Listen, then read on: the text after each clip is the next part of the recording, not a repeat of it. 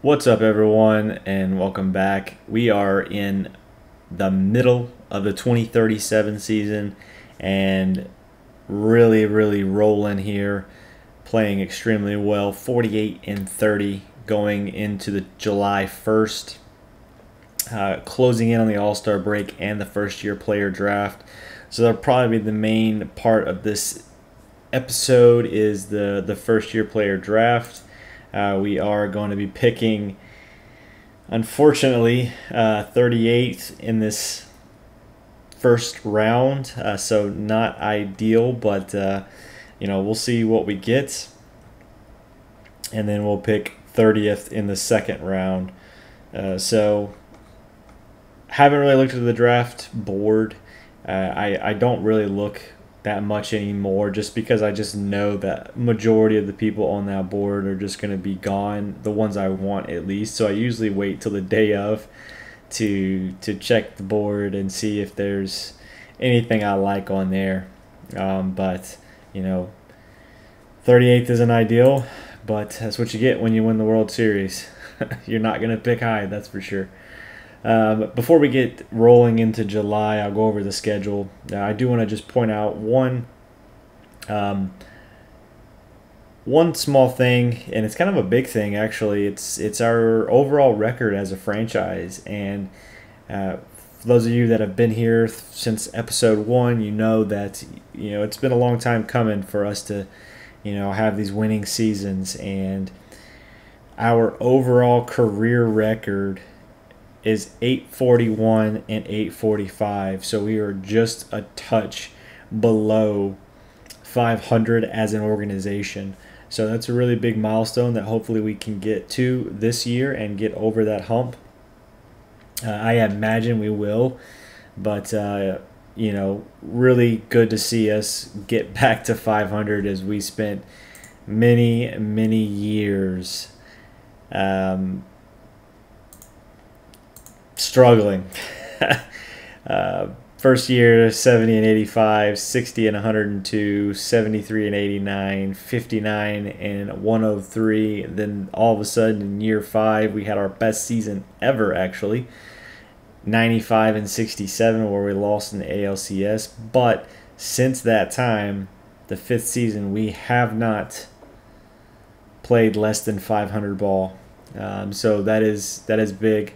We now have 1, 2, 3, 4, 5, 6 straight 500 or better seasons, and now we're working on our 7th straight 500 or better season, and what is looking like our first ever back-to-back playoff appearances.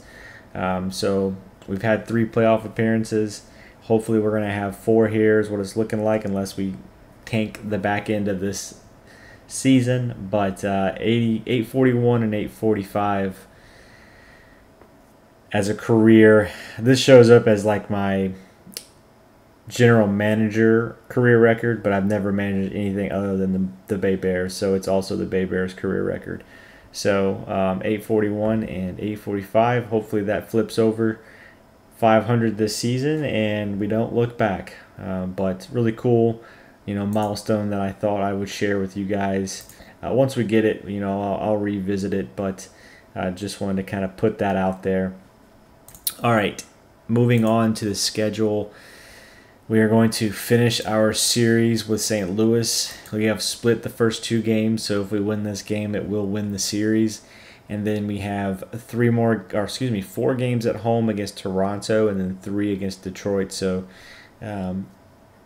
American League East series back-to-back, and then we also play Baltimore at Baltimore right before the All-Star break. So we have 10 games against American League East opponents, and then we come back and we kick it right back after the All-Star break against the Twins and the Yankees. So we have a majority of our schedule this month is against our division. So hopefully we have a really good month of July, just like we did in June, and we can really separate ourselves from everyone else in the division. We are currently 6 games up on the Detroit Tigers, 7.5 on the Rays, and 10 on the Twins, 11 on the Yankees. So really big few series coming up here whenever we play the Tigers and the Twins and the Yankees. Hopefully we can put that distance in between us and kind of put the nail in the coffin, if you will, going into August for the division. That's one thing we have not won yet. I don't think we won the division. Did we win the division? I don't know why it's escaping me. We had to have won the division that year, right? Yes, first in the AL East. Okay, so we have won one division title and trying to win our second division title. So hopefully that is what happens this year. But let's go ahead and get this thing simmed up to, looks like the first year player draft is in the middle of the Baltimore series. So I'll get us all the way up into that, and then we'll take a look at the draft board and see who we're going to take here in the 2037 draft. Well, I was going to sim it all the way up until the first year player draft, but 2 games into the month and we have lost our second baseman for 6 weeks. Tough injury here. He's the captain of this team, having an outstanding year for a second baseman. 272, 16 home runs, 49 RBIs, 130 or 138 WRC plus. Just a devastating blow, to say the least. Out 6 weeks with a fractured finger. Really unfortunate. I'm going to have to go and look and see who we're going to have to call up now and try to fill that void. The only, I guess, good news is we do get Nate Anderson back in about a week, and then we get Danny Fouts back in 2 to 3 weeks. So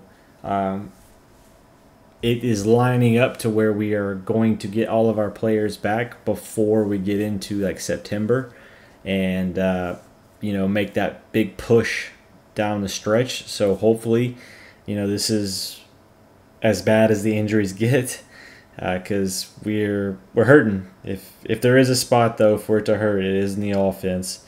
But nonetheless, didn't want to lose him. Hopefully that is the last time we lose a key player like that for a little while. So let me go through the organization and see what we're going to do here and see who we're going to slot into second base. All right, so I've made the decision. I'm going to go with George Lombard Jr. He was a free agent signing in the middle of April, actually. We offered him a minor league deal early on in the offseason, and he didn't take it, didn't want it. He wanted a major league deal. But then it turns out that no one wanted to offer him a major league deal. So then he hit us up and wanted to resume negotiations like the middle of April. So I just offered him another minor league deal, and then voila, he signed. And what do you know? He's on the major league roster now. So just another one of those importances of just engaging in players. That you can, like, just offer them contracts, whether they're lowballed or not. Just throw an offer out there, especially for guys that kind of look like this. Like, this is like a guy that's got good defense, can steal some bases, but kind of one of those like average bats that you don't know if he's going to get a contract or not, especially at 32 years old. So I just went ahead and offered him a minor league contract. I do that for a lot of guys, and it was crucial, obviously, now that he came back and wanted to resume negotiations. And now he's on the team because of injury. So don't be afraid to offer those minor league contracts or lowball guys, knowing they're going to say no, because you never know whenever they will come back to you. And I guess it just worked out perfectly for us. So we're going to slide him into... he actually doesn't play second. I mean, he probably can play second if I taught him, but I haven't really taught him. So he plays third and short very well. So we're going to put him as the backup for third and short, and what we're going to do is slide Isaac Cardenas, who was our backup second baseman slash everything else. We're going to slide him into the starting role, and then we're going to put Javorsky Lane, who is currently our shortstop. He's going to be our backup second baseman on days that Cardenas needs some rest. So that's what we're going to do on both lineups. And then Skelding was hitting fourth, so we're going to move Castillo and Vaux up in both lineups, and then we're going to put Cardenas sixth. He is hitting well, and he's on fire technically, but definitely not the same profile as those other guys, and not really a fourth in the lineup kind of profile hitting wise. So we're going to move him down and just see what that works. Thankfully, we had some depth here, and we had other options. I just didn't want to go with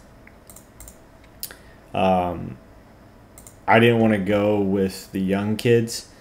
There are two that are kind of on my radar, and I don't know what I want to do with them. One being Carl Medina. They're going to be a contact kind of guy with some speed and is going to play well in defense. And then the other one is Alejandro Aguirre, a seventh-round pick back in 2031, plays really good defense and is going to have a solid bat, but he doesn't run like at all. So I don't know what I'm going to do with those two guys. I was tempted to bring him up. He is a lefty bat, but I think I'm going to give him some more time, even though he doesn't need more time. He's pretty much fully developed at 24 years old. So if something else happens, he'll probably be the next guy up, him or Carl Medina. I would probably lean towards Carl Medina because he's going to hit for average, and he's going to steal some bases, and he's going to play solid defense. So I would probably lean towards him, and he's younger, but I don't know. We'll see. Hopefully we won't have to see, and then next year we can call one of those guys up. But yeah, that's where we're at. Let's start simming and see if we can make it to the All-Star break healthy. All right, we have made it to July 11th, the first-year player draft, and as we sit, we are 54-33, still 6 games up on the Detroit Tigers, now 9.5 games up on the Rays. We had a pretty decent stretch where we swept the Toronto Blue Jays 4 games, but then we lost 2 of 3 to Detroit. So overall this month we are 6-3, which is a solid start to the month. We do have 2 more games before the All-Star break, but it is the first-year player draft day. So now we will transition into that. Like I had mentioned before, picking 38, I'll go ahead and start the draft and get it simmed up to our pick. All right, we have made it to our pick here in the draft, 38th overall, and not a ton left. A couple 4.5 stars, the rest are 4 stars and 3.5 stars. We'll go through the 4 stars and up, and then see who we're going to pick here in the first round. Starting at the bottom, Esteban Rocha, a powerful catcher with average defense, isn't the greatest, doesn't run, but he is going to hit some bombs and hit for a decent average. So it's a very interesting profile for a catcher. He's got good intelligence too, which I like from a catcher, and financial ambition. So interesting. I don't hate that. Next is Steve Moore, first baseman, probably the only position he's going to play with his terrible ratings here. Yeah, we can get a little bit better from the development lab, but we'll call him first baseman / DH. Durable, doesn't have any personality that we know of as of yet, but good pop and a solid, looks like plus average, like a little bit of decent average maybe. And isn't going to strike out a ton either. So not a bad profile. He is a lefty too, of note. Steve Moore. Now let's go to Chris McMillan. Looks like he's already in college. He's a JUCO freshman. Good leadership, adaptability, work ethic. He is a left-handed batter. Looks like a corner outfielder / first baseman. Yeah. Plays average position, all three positions. Has some decent speed with ability to steal some bases. Gonna hit the ball well, not strike out a ton either. Has some pop and has really good gap power. So pretty interesting profile there. I don't hate this profile. There's a lot of things I like. His level of competition is fair, so that's not the greatest thing. That's probably the worst thing about this profile. Is it like a fake out? You know what I mean? Like, is it a pump fake, or is he the real deal? That's the question with that fair level competition. A lot of things are already developed at 19 years old. That's pretty developed for a 19-year-old. He can play probably what, high A? Yeah, he could probably play high A. I'd probably start him out in low A. Very intriguing, Mr. McMillan. Next is Sean Holder. Pitcher, throws lefty, good loyalty, work ethic. Nothing crazy about this profile. Nothing stands out to me. Looks like probably a back end of the rotation guy once everything's said and done. Not terrible. Al Filkins, and he throws plenty of pitches, but it looks like a Christmas tree over here. He's got high adaptability, high financial ambition, low leadership, low loyalty, low work ethic. So just a lot of things stacked up against that guy. We're just going to move on from Mr. Filkins. Next is Chris Eshelman. Interesting profile, lots of power.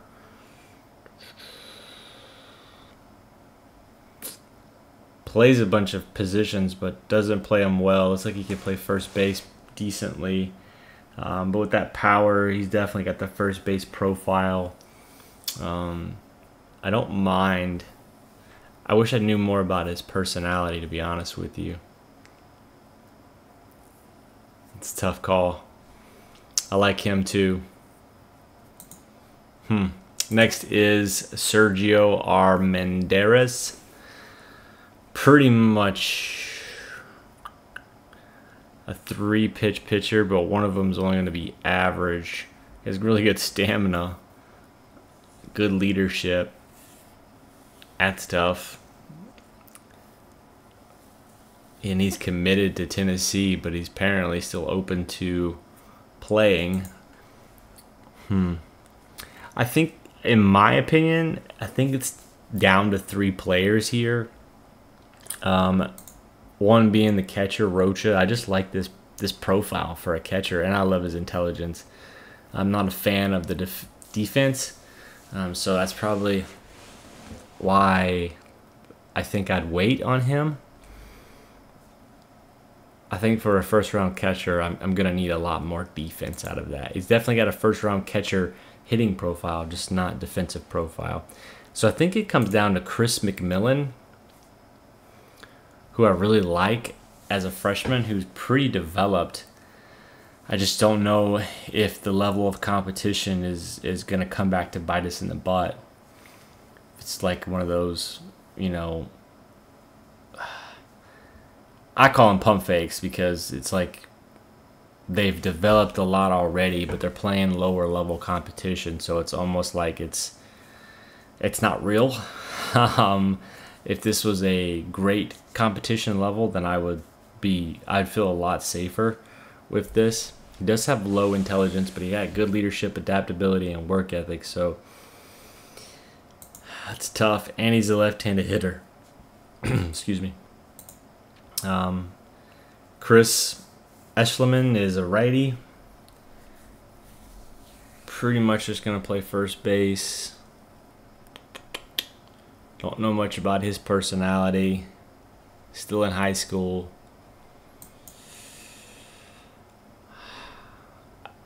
I mean, the ratings say to take Eschleman because he's a 4.5 star. But McMillan's a 4-star prospect. And he also is only wanting 490,000. So that's interesting too. That saves us a lot of money. You know, this is probably not a... I don't know if this is going to be a popular pick or not. I wish I had ability to pause this episode and then come back in the next episode and let you guys review this, but and see what your thoughts are. But I think I'm going to take McMillan for a couple of reasons. One, he's already a little bit developed, and he's only 19 still. Two, he's only wanting $490,000. Three, he can play 3 positions at an average to above average, or we'll just call it average ability. Yes, I know we can work on those things in the development lab, but I really don't want to work on defense in the development lab. He's got good work ethic, leadership, and adaptability, so he's checked all those boxes. He does have low intelligence. That's pretty much the only ding I have on him. I think it's just smart to go with him. It's not... I think it might come back to bite me in the butt because he's playing at Shasta College in Redding, California. I don't know. We'll see. I think I'm going to take Chris McMillan here and see if we can't get lucky with him. Let's see what our scouting director says. He says Chris Eschleman. Oh, man. That's the last name I needed to see there.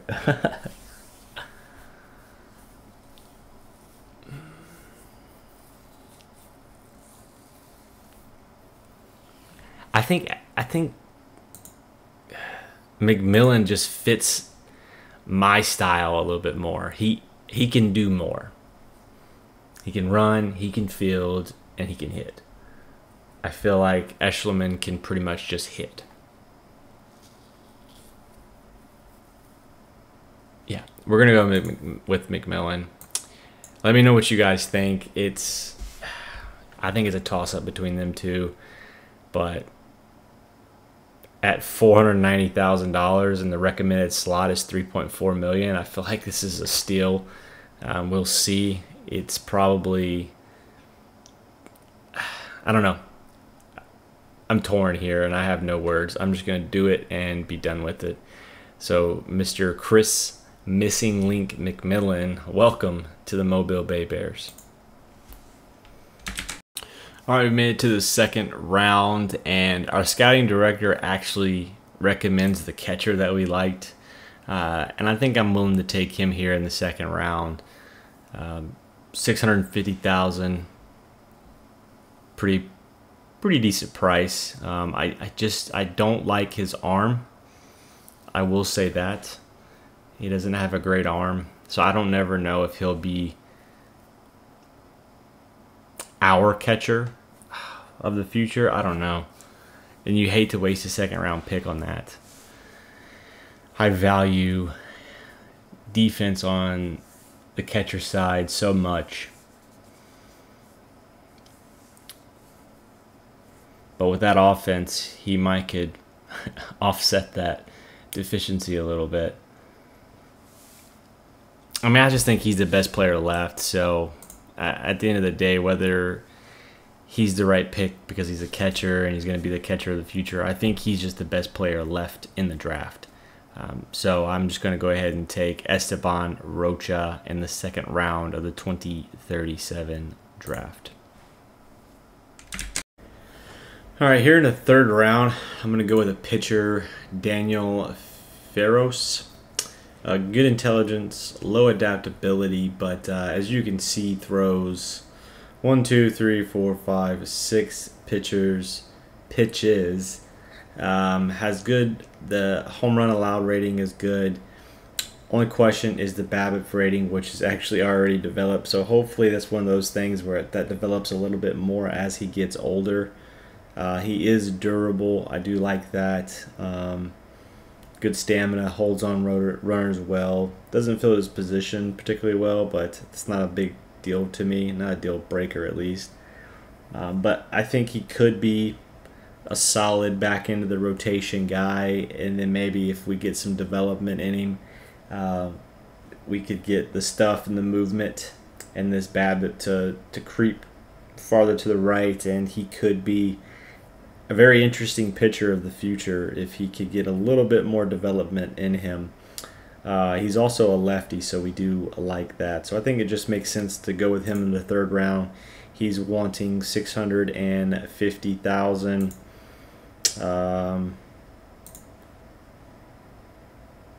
So we're gonna go with that. So with the third round pick in the 2037 draft, welcome to the Bay Bears, Mr. Daniel Ferros. All right, here in the fourth round, we're actually going to go with what this scouting director recommends, and I'm not super high on this guy, but I'm going to give him a chance just because he has the intangibles that I like: leadership, high loyalty, high work ethic, and high intelligence. He pretty much checks all of those boxes, and he could potentially have 3 elite pitches with elite stuff if we could just get a little bit more out of the movement. I think he could be a very, very interesting pitcher in the next 4 or 5 years. So I think it just makes sense to go with him with all those intangibles and the fact that scouting director recommends him, and there's really not a lot better than him left in the draft. There was a couple other options, but I ultimately just think this is the better of those options. So I'll go with Mr. Kevin Ryan and welcome him to the Mobile Bay Bears here in the fourth round. All right, the fifth and final round, we're going to go with Mike Britt, the shortstop out of Knoxville, Tennessee. Yeah, I think this one speaks for itself. Absolutely ridiculous infield potential. I didn't even look at the outfield. Can play everywhere. Another very versatile guy. We've had a couple of those in our organization since day one. Just about every year in the majors. We would like for his bat to develop a little bit more, but with that defense could definitely be a very, very important utility player for us on the team. So we'd love to, when we find guys like this, we love to add them. And I think for a fifth round pick, that's not too much to ask for here. I think this is a fair fifth round pick. A guy that's probably going to be a utility guy unless that bat improves a little bit more. But definitely like his glove, and won't ask questions about that because you can have a little bit of a below average bat whenever you can field like that, especially as like a utility guy that plays a backup role. So only wanting 75,000 as well. So we're way under budget in these first 5 rounds, and we'll have plenty of money left over. So Mr. Mike Britt, welcome to the Mobile Bay Bears.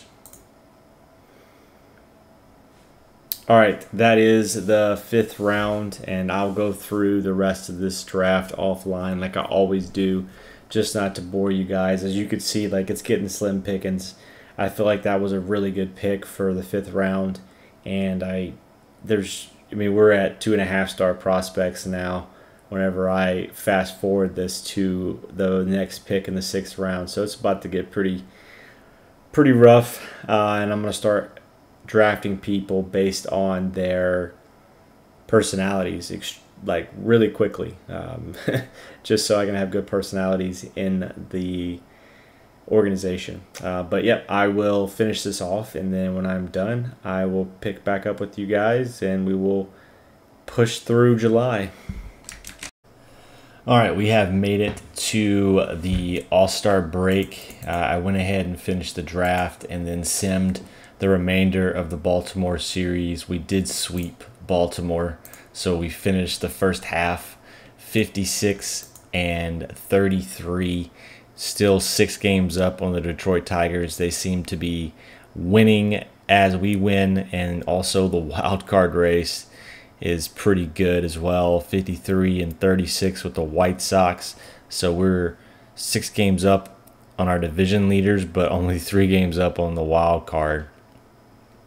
So that tells us that, you know, we need to continue to win at this pace, because if we fall out of the division lead, you know, we might very well find ourselves on the outside looking in on the wild card if things continue to trend this way. Reminds me of that season that we won 89 games and didn't get in 2 years ago. So hopefully it doesn't happen this year. Hopefully we can continue to play well after the All-Star break. I think we will. I think the team it still hasn't peaked yet, but it's trending in the right direction. I do want to point out the All-Stars for this year's club. First and foremost, we are number 1 in the power rankings. We have been there for the last couple of weeks. Houston Astros are 2nd, and then the Salt Lake City Saints are 3rd. So pretty cool to be sitting at the top of the power rankings. But the All-Star game is upon us. So let's see. We got Arturo Avalos. We got, man, did we not get anybody else? Oh, no, we got Mason Davis and Luis Castillo. So I thought we got a 4th. Maybe we only got 3. I thought Simbrat also made it, but I guess I could be wrong. For some reason, I thought he made the All-Star team. But nope, so we got 3 this year. I believe that is Mason's 5th All-Star selection. So really cool. He's having a fantastic year thus far. It's 21 home runs, 67 RBIs, 16 stolen bases. So he's 4 stolen bases away from yet another 2020 season. Just absolutely outstanding. I think it's only been 1 season in his career he hasn't done 2020. And that was an injury-riddled season, I believe. But yeah, so he has a real shot at like 30-30 or something like that this year. Hopefully he can stay healthy and get that for us. So good to see him get back into the All-Star game. Castillo's 2nd All-Star selection, obviously got selected last year, has really come on strong here late in this first half. And then Arturo Avalos with his first ever selection, pitching to a 2.8 ERA at 8-3 record. So really good to see him finally get some recognition for the All-Star team. But that is the 3 Mobile Bay Bears that got selected. So we're going to go ahead and sim through the All-Star break and then pick it back up in the second half. We'll go over the schedule and then start working our way towards the trade deadline. All right, the second half will begin with 2 back-to-back series against our division foes. 4 against Minnesota. We do get those 4 games at home, but then we go on the road to the Bronx and play the Yankees before we finish out the month with the Cubs, Pirates, and then the last game of the month is the start of a series with the White Sox. So pretty solid schedule the back half of this month. We like that there's a majority of them are home games, all but 4 of them. So hopefully we can take advantage of that. Let's take a look at where we're at. Started the month 8-3. We are 27-20 on the road and 29-13 at home. So definitely playing a little better at home, as usual, but not playing bad on the road either. Both above 500 records. Pretty much first in every offensive category, first or second, except for home runs where we're 8th, and base running we're like second to last in base running. I guess we're just not good. Excuse me. I guess we're just not good at base running, but very good to see that side. And then on the other side, you know, we're top 5 in a lot of things. A couple of things we're just outside the top 5. Our bullpen ERA is 6th. Our starter ERA is 3rd.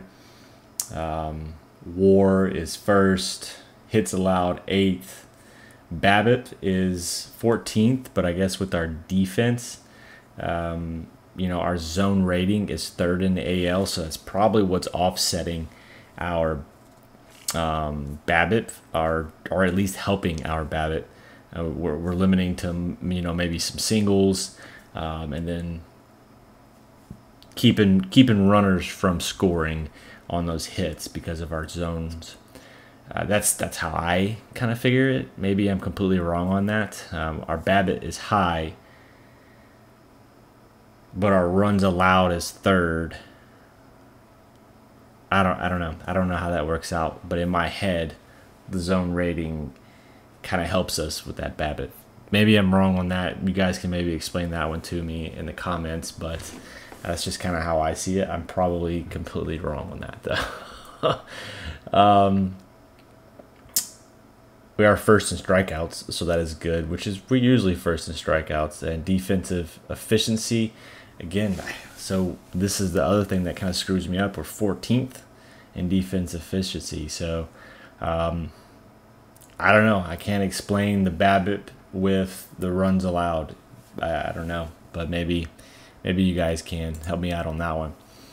But all right, talked about the schedule. Last thing before we start pushing this thing forward is I just want to take a look again at our market and our fan interest. Our fan interest looks like it has gone up to 88. So it was at 86 to start the season, then it went to 87, and now it is up to 88. Still good loyalty and a below average market size. We're still selling out just about every game, so I'm going to continue to take advantage of this, and I've been slowly raising the ticket price throughout the season, especially once we got to like right here and we started really maintaining this capacity almost maxed out. So as we continue to do that, I'm going to keep raising the ticket price in $1 increments and see what that does for us. But this year we have a 33% increase in revenue per game, so that's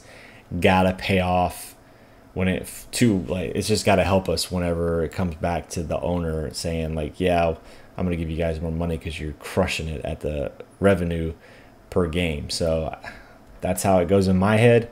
Hopefully that is what happens and we can get a massive budget jump. Well, I guess time will tell. So without further ado, let's go ahead and start inching our way closer to that All-Star break.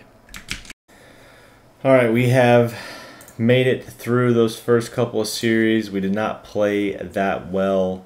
We split the series with Minnesota, and then we just lost 2 of 3 at New York. So looking to bounce back here against Chicago and Pittsburgh and put those 2 series behind us. One bit of good news is we did get Danny Fouts back. We had him down in AAA for a few games to get the swing of things again, and we have plugged him right back into the lineup, leading off. We had to make some tough decisions, honestly. Again, first world problems, but we have Tim Vaux that's basically on the bench. He's a backup DH / whatever I need him for, and Mike Flores, who's a backup outfielder. We kind of have an embarrassment of riches, and I'll say that we probably need to do something with Mike Flores, being that he's going to be getting more than $9 million next year, looking like 12. Might be looking to potentially move him or wait until the off season and move him, but definitely not worth $12 million. Tim Vaux is only making the major league minimum, so he is still good.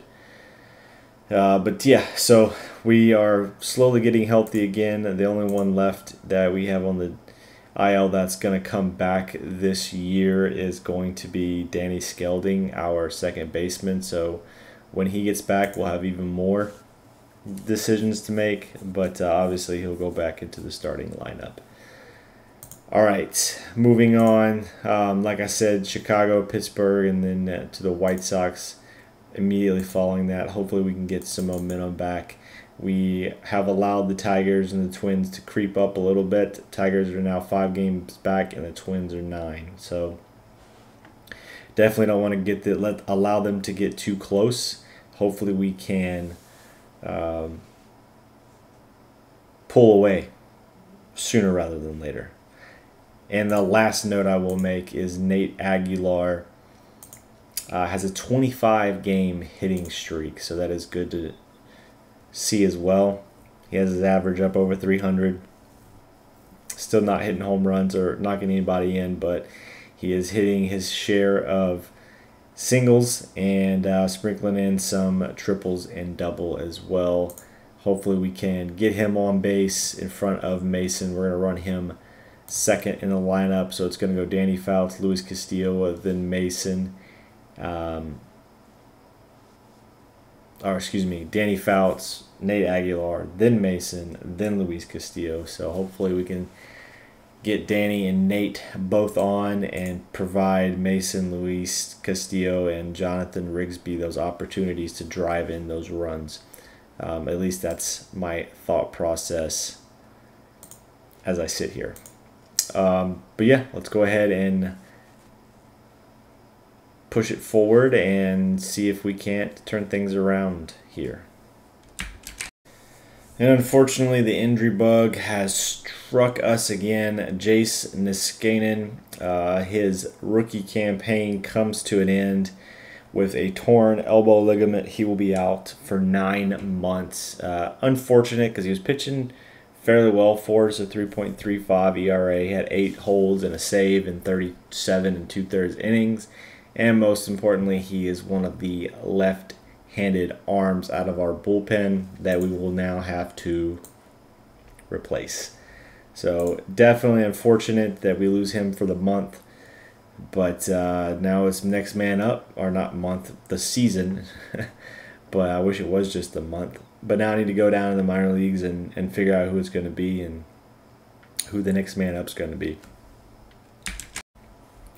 We're just going to call back up Benny Gage, who we had just sent down to make room for one of our other players, one of our other pitchers, Mr. Nate Anderson, who came off the IL. Going to call Benny back up and hope that he can pitch better now that he is back. But yeah, unfortunate to lose a lefty and a lefty that is really good. For that matter, so hopefully we can make do without him, and yeah, move on, because the season's gonna move on with or without this guy. Let me go ahead and get it to. Well, I'll just go ahead and sim it to tomorrow. All right, we are 64 and 38. We are now 8 games up on the Detroit Tigers, so we definitely increased our lead there. 11 games on the Minnesota Twins. Let me take a look at our schedule. So yeah, the last 1, 2, 3, 4, 5 games we won, and we are 6. We've won 6 of our last 7. So coming out of that New York series, we lost the first game against Chicago, but then we haven't lost since. and now we're playing the White Sox, and we are well ahead at 64 and 38, approaching 30 games above 500, which is definitely a milestone for this organization. I do believe that we've never been there that far ahead of 500 at least. We are at the trade deadline, so what I'm going to do is I'm going to end the episode right here. I think it's a good spot. I need to do a lot of looking around and see if there's anything out there for us to kind of poke at and see if the other teams are interested. So I think it's a good stopping point for me so that I can do a bunch of offline things. And if I find anything, I'll let you guys know. I'm not really anticipating finding much, but I did mention that I wanted to add some bullpen depth and arms down in the bullpen. It's just a matter of me finding the pieces where I don't have to give up a ton of talent, because we really need to restack our player development and our farm system, which now all of a sudden ranks 7th. So our player development budget must be kicking in and getting these players developing and increasing their overall rankings in the system. It looks like Chris Collins, who we just drafted last year, is now our #1 overall prospect. As he, let me check the ratings here. Still needs another year of rookie ball, but played his first year of rookie ball. Did not play well, but his defense is kind of where it's at. But he is our #1 overall prospect at 27. The other one is Fidel Cabrera. You guys remember him from our most recent episodes of the International Amateur Free Agency. So I think that was like 2 or 3 episodes ago. He was a big talking point there. And then we get into the remainder of our top 100. So we now have 1, 2, 3, 4, 5, 6 top 100 and 7, 8, 9, 10, 11, 12 top 200 prospects. So we were like 15th or 17th here in the overall rankings to start the season. So hopefully that player development budget is a part of that and it's starting to kick in, and we can continue to grow and rebuild, or reload, I should say, this team on the back end with the farm system. But yeah, I'm going to end the episode like I said before I went on that rant. I think it's a good spot. So thank you so much for watching. If you would, comment, subscribe, smash the like button, all those things to help out the channel. It's been really fun the last couple of weeks. You guys are really helping the channel grow and gain viewership. So I really do appreciate that, as this makes this so much more enjoyable. But yeah, thank you for watching, and I will see you all in the next episode. Have a good one.